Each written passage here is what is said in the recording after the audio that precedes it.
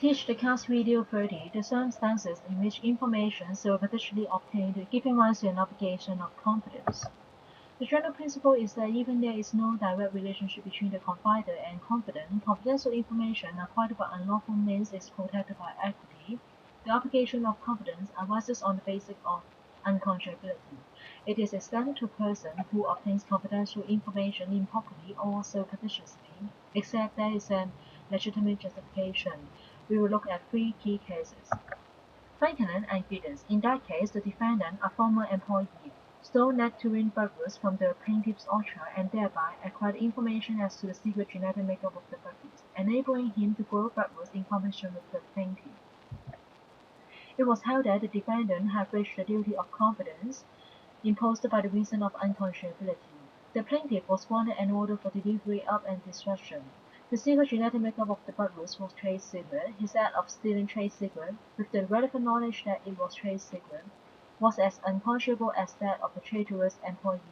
He planned to use and to use his own wrong conduct to better his position in commercial competition with the plaintiff, and also place himself in an even better position than that of a person dealing consensually with the plaintiff.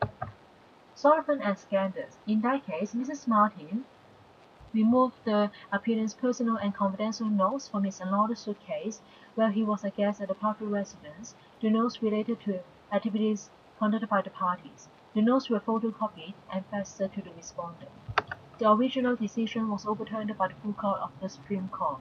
The respondent had breached the duty of confidence imposed by the reason of unconscionability.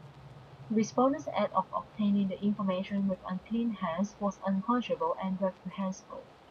The appellant was granted an injunction to restrain the respondent from disseminating or making use of the documents.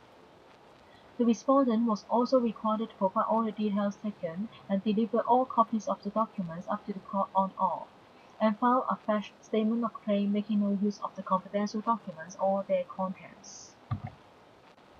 ABC and LGM. In that case, hidden video cameras were installed by unknown trespassers in a licensed porcine meat processing plant owned by LGM. The slaughter and processing of porcine were recorded and supplied to animal rights group and in turn ABC for television broadcasting.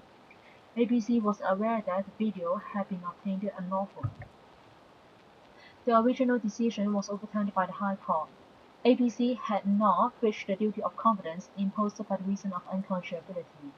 Although the duty of confidence arose when information had been obtained surreptitiously, it did not apply here because LGM's processes were not necessarily private, even though it was hidden from public view. The implied constitutional freedom in favor of the discussion of animal welfare was considered as a legitimate political and governmental concern, relevant to the activities of the federal or a state parliament. The proper exercise of judicial discretion required the application for an interlocutory injunction to be refused. We may take the words from Minister for Mineral Resources and the Castle newspaper to conclude, equity will be far more likely to give relief where information has been stolen rather than communicated in confidence. As in Franklin and Sullivan, an order for delivery of and destruction and an injunction were granted. The exception to the general principle is that there is a legitimate justification, as in ABC and LGM, an interlocutory injunction was rejected. Thank you.